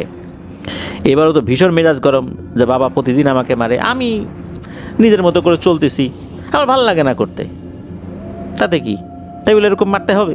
এটা ছিল ওনার যুক্তি। যেহেতু একদম তরুণ বয়স, কত ধরনের উদ্ভট যুক্তি তো মাথার মধ্যে আসে, তাই না? যেগুলোর আসলে কোনো ভিত্তি থাকে না, নিজের মতো করে একটা যুক্তি মানুষ তৈরি করে। তো ওনার ভিতরে ওরকম যুক্তি ছিল, এমনটাই জানিয়েছেন। বাসার থেকে বেরিয়ে গেছেন। ওনাদের আবার দুটো ঘর ছিল। একটি ঘরে ইলেকট্রিসিটির লাইন ছিল, ওটাতে আসলে লোকজন কেউ থাকতো না। ওই জায়গাটাতে ওনার মা রাতে খাবারটা রেখে দিতেন, জানতেন যে ছেলেটা তো খাবার খায় নাই, যখন আসবে তখন যেন খাবারটা খেতে পারে। উনিও মাঝে মাঝে এসে ওই ঘর থেকে খাবার খেয়ে নিয়ে চুপি চুপি শুয়ে পড়তেন ভোরের দিকে একদম। তো ওই রাত্রে বাসা থেকে তো আবারও বেরিয়ে গেছেন। ওনাদের বাসার থেকে বাইরে বের হওয়ার পর কিছুটা দূরে গেলে একটা মসজিদ, ওই মসজিদের সাথে একটা মাদ্রাসাও রয়েছে। ওইটার পরে দুটো ক্ষেত, পরপর দুটো ক্ষেত যেখানে চাষাবাদ করা হয় আর কি। এরপরে হিন্দু পরিবারের বসতি আছে, তারপর একটা শ্মশান রয়েছে। তো এই যে ইব্রাহিম খলিল ভাই, উনি বাসার থেকে বের হয়েছেন, বের হয়ে ওই মসজিদের কাছে গিয়েছেন। মসজিদের কাছে যাওয়ার পর চিন্তা করেন এখানে একটু বিশ্রাম নেই। তো ওখানে বারান্দায় শুয়ে কিছুক্ষণ বিশ্রাম নিয়েছেন, একটু ঘুমের ভাব চলে আসছিল। এরপর যখন উনি আবার উঠে পড়েছেন, চিন্তা করেন দেখি তো কয়টা বাজে, সকাল হয়েছে কি না। ঘড়ির দিকে তাকিয়ে দেখলেন যে সকাল হয়ে যাবে এমন একটা ভাব, অর্থাৎ এখনই হয়তো বা ফজর আজান দিয়ে দিবে বা ফজর আজান হয়েও গেছে। উনি চিন্তা করেছেন হয়তো বা মুয়াজ্জিন আজান দিয়েছে, উনি শুনতে পান নাই। আর এলাকার মসজিদ তো, মুয়াজ্জিন তো জানে যে এই ছেলে এইভাবে রাতের বেলা ঘুরে বেড়ায় বাবার হাতে মার খেয়ে, হয়তো বা এই কারণে উনিও ডাকেন নাই। তো উনি দেখলেন যে ঘড়িতে সময় যতটুকু বাজে আর একটু পরেই ফজর আজানও হবে, সকালও হয়ে যাবে। সকাল হবার আগেই উনি চিন্তা করলেন যে যাই বাসায় চলে যাই, আব্বা তো উঠে পড়বে। উনি ওই চিন্তা করে মসজিদের পাশ দিয়ে হেঁটে বাড়ির দিকে যখন যাওয়া শুরু করেছেন, পাশে একটা পুকুর। উনি খেয়াল করেন একজন ব্যক্তি বেশ উঁচা লম্বা, মানে অস্বাভাবিক রকমের উঁচা লম্বা না, সুঠামদেহী একজন ব্যক্তি, মধ্যবয়স্ক, জুব্বা পরা, বেশ সুন্দর চেহারা বলতে হবে। তো উনি অজু করছেন। তো ইব্রাহিম খলিল ভাইকে দেখেই উনি ডাক দিয়েছেন, এই ইব্রাহিম এদিকে আসো। ইব্রাহিম খলিল ভাই ডাক শুনে তাকিয়ে এই দৃশ্য দেখলেন যে ঠিক কেমন দেখতে একটা লোক তাকে ডাক দিয়েছেন। তো উনি আবার ওই দিকটাতে গিয়েছেন। যাবার পর ওই লোকটা বলল যে আসো, সিঁড়ি বেয়ে আমার কাছে আসো। উনিও খুব ভদ্র ছেলের মতো সিঁড়ি বেয়ে ওনার কাছে চলে গেলেন। ওই লোকটা বলল সিঁড়ির উপরে বসো। ইব্রাহিম খলিল ভাই কোনো এক অজানা কারণেই তার সমস্ত কথাগুলো মেনে নিচ্ছিলেন। ইব্রাহিম খলিল ভাই সিঁড়ির উপর বসলেন। ওই লোকটি তখন ইব্রাহিম খলিল ভাইকে বলছেন, এভাবে ঘোরাঘুরি করলে হবে? সংসারের দায়িত্ব তো বুঝে নিতে হবে, বাবাকে তো সাহায্য সহযোগিতা করতে হবে, আরও বেশি দায়িত্বশীল হতে হবে। এরকম বেশ কিছু ভালো পরামর্শ দিলেন উনি, এবং এটাও বললেন যে এই বাউন্ডুলের স্বভাব তাকে পরিত্যাগ করতে হবে। ইব্রাহিম খলিল ভাই চিন্তা করলেন যে আচ্ছা এই লোক এত কথা জানলো কীভাবে, আমি তোকে চিনি না। পর মুহূর্তে আবার এটাও ভাবলেন যেহেতু ওনার বাবা ওনাকে খোঁজার জন্য বাজারে যায়, বাজারে গিয়ে বিভিন্ন মানুষদেরকে বলে তার কথা যে ছেলেটা আসলে কী যে হয়ে গেল, ওকে নিয়ে যে কী করব, এরকম গল্প তো উনি করেন। হয়তোবা ওই জায়গা থেকেই এই লোকটা শুনেছেন, হয়তোবা তার বাবার সাথে উনি পরিচিত, যাকে ইব্রাহিম খলিল ভাই আবার চেনেন না। উনি এরকম চিন্তাই করেছেন। ওই লোকটা অজু শেষ করে বলেন আসো আমার সাথে মসজিদে আসো। উনিও তার সাথে সাথে মসজিদে চলে গেলেন। তো মসজিদে যাবার পর দেখা গেল মসজিদের ভেতর থেকে আরও কয়েকজন তার মতোই দেখতে লোক বের হয়ে আসলো। মানে তার মতো দেখতে, তার মতো হুবহু চেহারা না, কিন্তু তার মতোই পোশাক আশাক আর কি।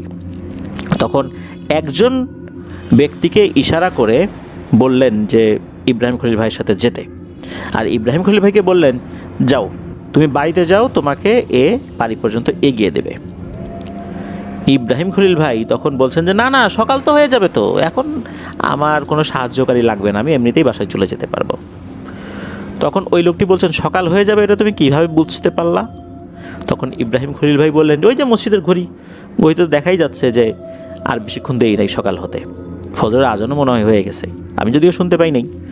তখন ওই আগন্তুক বললেন তুই ভুল দেখেছো, মসজিদের ওই ঘড়িটা অধিকাংশ সময় নষ্ট থাকে, আর ওটাই এখন ব্যাটারিও দেওয়া হয় না ঘন ঘন নষ্ট হয়ে যাবার কারণে, ওটা এক জায়গায় স্থির আছে। তুমি দেখো তো কিছুক্ষণ আগে যেখানে সময়টা দেখেছিলে এখনও ঠিক সেখানেই ঘড়ির সবগুলো কাটা আছে না? ইব্রাহিম খলিল ভাই উকি দিয়ে দেখলেন যে আসলেই তো তাই। মসজিদের ভিতরে কিন্তু ডিম লাইট জ্বলছিল কয়েকটা, যার কারণে মোটামুটি ভালো করেই বোঝা যাচ্ছিল ওই সময়গুলো। এছাড়া মসজিদের ভেতরে বেশ কিছু বোর্ড থাকে, লাইট বোর্ড, যেখানে লেখা থাকে যে জামাতের সময়, এরকম কিন্তু অনেক মসজিদই আছে যারা এই ধরনের লাইট বোর্ডগুলো লাগিয়েছেন, যার কারণে কিন্তু মসজিদ যদি সব আলো বন্ধ করে দেওয়া হয় ওই লাইট বোর্ডের কারণে কিন্তু আলোকিত হয়ে থাকে, কিছুটা দেখা যায় আর কি ভেতরে। তো উনি তো এটা দেখলেন, দেখার পর উনি বললেন যে হ্যাঁ আমি তো ভুলে গেছিলাম, এখানে তো এই ঘড়িটাতে সমস্যা আছে আমি জানতাম, কিন্তু ওই সময় মনে ছিল না। তখন ওই আগন্তুক বললেন যাও বাবা বাড়িতে যাও, আর একটা লোক দিয়ে দিচ্ছি সে তোমাকে এগিয়ে দেবে।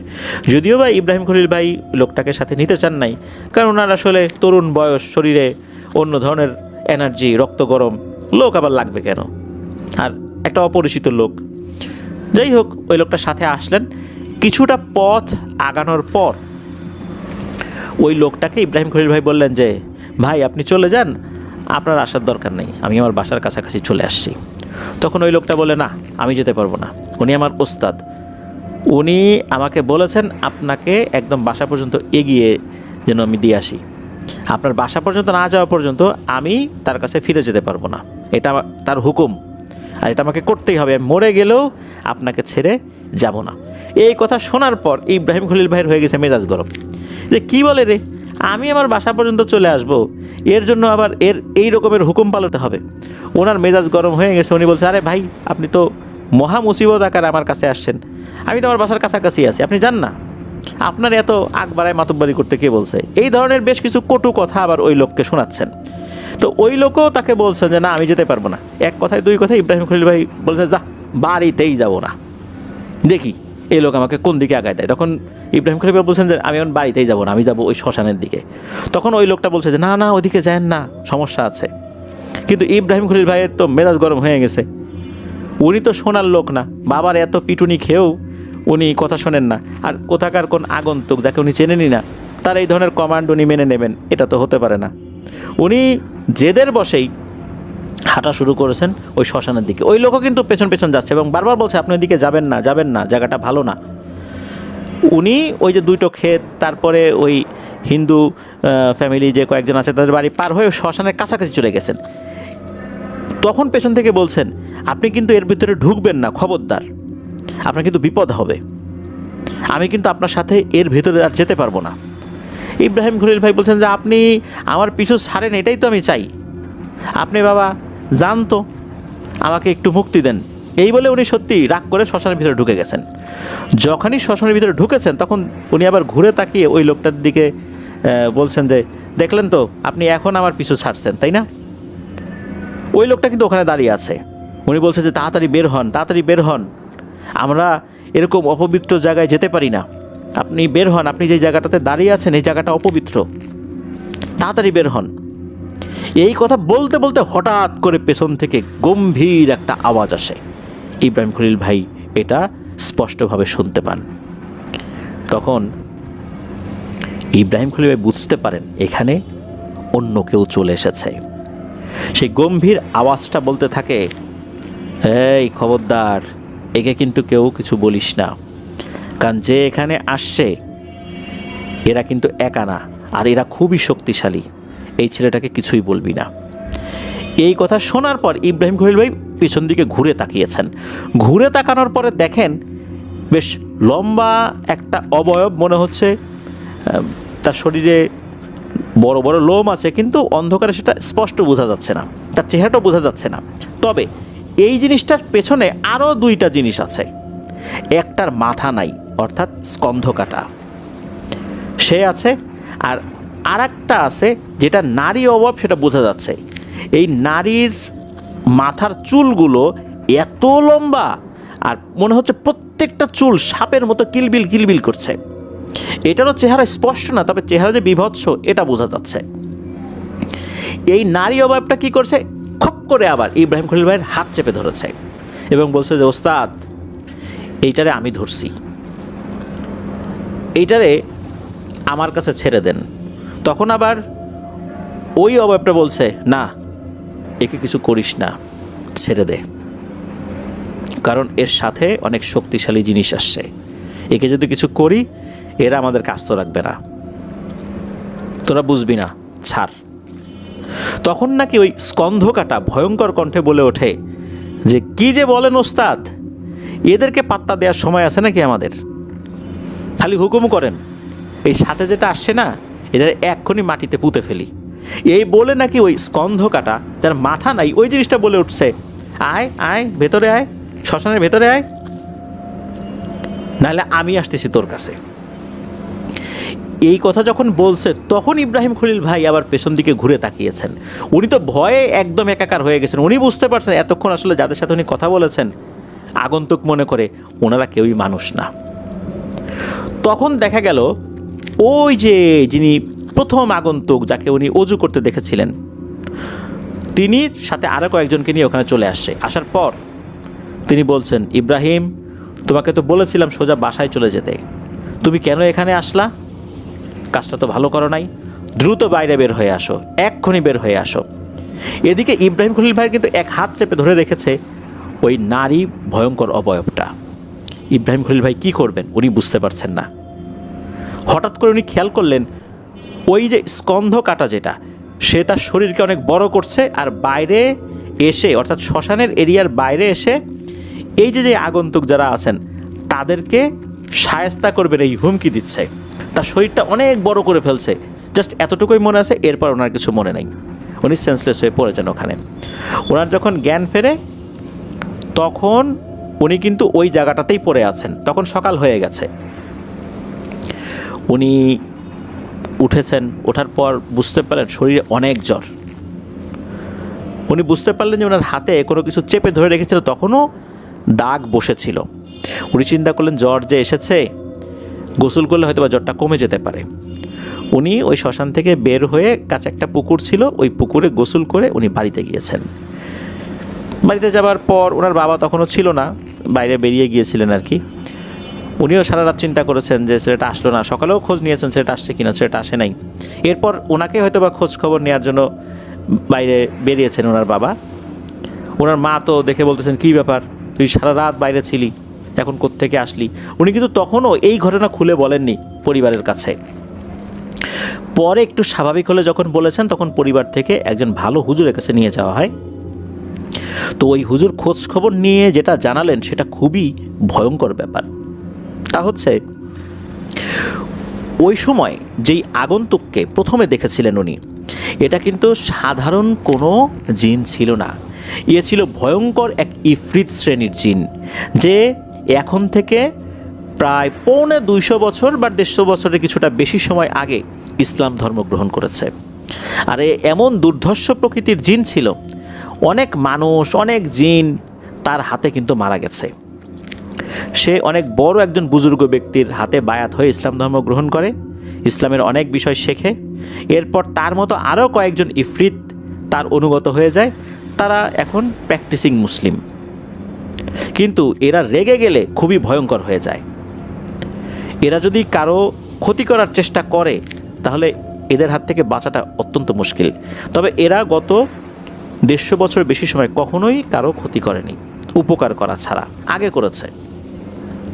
আর যেহেতু তারা একটা নির্দিষ্ট নিয়ম মেনে চলছিল, এই কারণে তারা শ্মশান সহ আরও বেশ কিছু জায়গায় ঢুকতে পারে না। ঢুকতে যে একদমই পারে না তা না, ঢুকতে পারে কিন্তু তারা ঢোকে না। এই সর্দার যে আসলে ভয়ঙ্কর রকমের একটা জিন ছিল, বা জিন তার যে অনেক ক্ষমতা, এটা কিন্তু ওই যে স্কন্ধ কাটার যে ওস্তাদ জিন সে বুঝতে পেরেছিল। কিন্তু এরা আবার জানতো না, পিছনে যেই লম্বা চুলওয়ালা পেতনি আর স্কন্ধ কাটা এরা জানতো না। ওই হুজুর বলেছিলেন ওই স্কন্ধ কাটা নাকি শরীরটাকে লম্বা করে যখনই শুধু শ্মশানের বাইরে এক পা দিয়েছে, সাথে সাথে ওই স্কন্ধ কাটা শরীরটাকে নাকি ছিন্ন ভিন্ন করে ফেলেছে জিনেরা, যারা এসেছিলেন ওখানে ইব্রাহিম খলিল ভাইয়ের সাথে সাথে। এই অবস্থা দেখে অন্য যেই দুটা জিন ছিল, এদের ওস্তাদ আর ওই পেতনিটা, ওরা ওখান থেকে পালিয়েছে। এই কারণে মূলত ইব্রাহিম খলিল ভাইকে কেউ কোনো ক্ষতি করতে পারেনি আল্লাহর রহমতে। ইব্রাহিম খলিল ভাই বাড়িতে চলে এসেছিলেন এরপরে।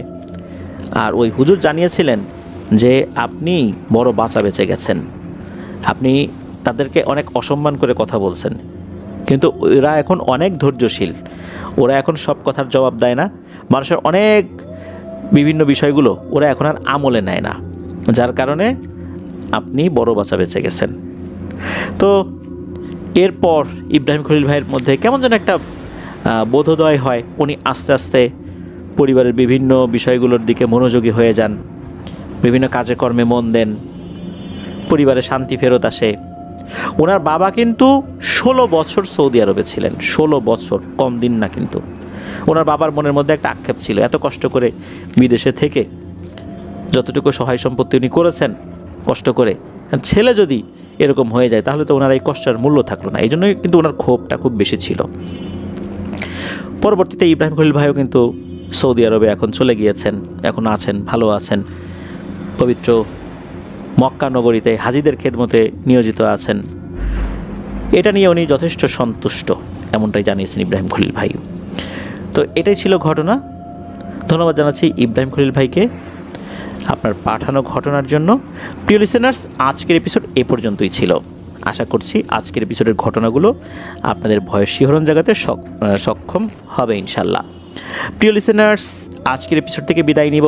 ঘটনাগুলো কেমন লাগলো তা জানিয়ে এই ভিডিওর কমেন্ট সেকশনে কমেন্ট করতে ভুলবেন না। এছাড়া আমাদের ফেসবুক পেজ আর গ্রুপ তো রয়েছেই, আপনাদের হরর ওয়ার্ল্ড নামে, সেখানে গিয়েও আপনারা আপনাদের মতামত জানাতে পারেন।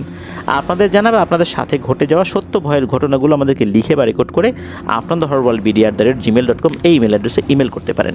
ইমেল অ্যাড্রেসের স্পেলিংটা বলে দিচ্ছি, AFNANTHEHORRWORLDBD আপনাদের হরর ওয়ার্ল্ড BD@gmail.com। স্পেলিংটাও আমরা আমাদের ভিডিওর ডিসক্রিপশনে দিয়ে রেখেছি, সেখানে গিয়ে স্পেলিংটা চেক করে নিতে পারবেন। এই ভিডিওর লাইক বাটন প্রেস করতে ভুলবেন না। ভিডিওর লিঙ্কটাও বেশি বেশি করে শেয়ার করে দেবার অনুরোধ করছি, যাতে করে যারা সত্য ভয়ের ঘটনা শুনতে ভালোবাসেন তাদের কাছে আপনাদের হরর ওয়ার্ল্ড পৌঁছাতে পারে, তারা উৎসাহিত হয়ে তাদের জানা বা তাদের সাথে ঘটে যাওয়া সত্য ভয়ের ঘটনাগুলো আমাদেরকে লিখে বা রেকর্ড করে ইমেল করতে পারেন। তাহলে অনেকটা পথ আমরা ইনশাল্লাহ একসাথে পাড়ি দিতে পারবো। প্রিয় লিসেনার্স, বিদায় নিচ্ছি। সবাই ভালো থাকবেন, সুস্থ থাকবেন। মাহে রমাদান শেষ দিকে।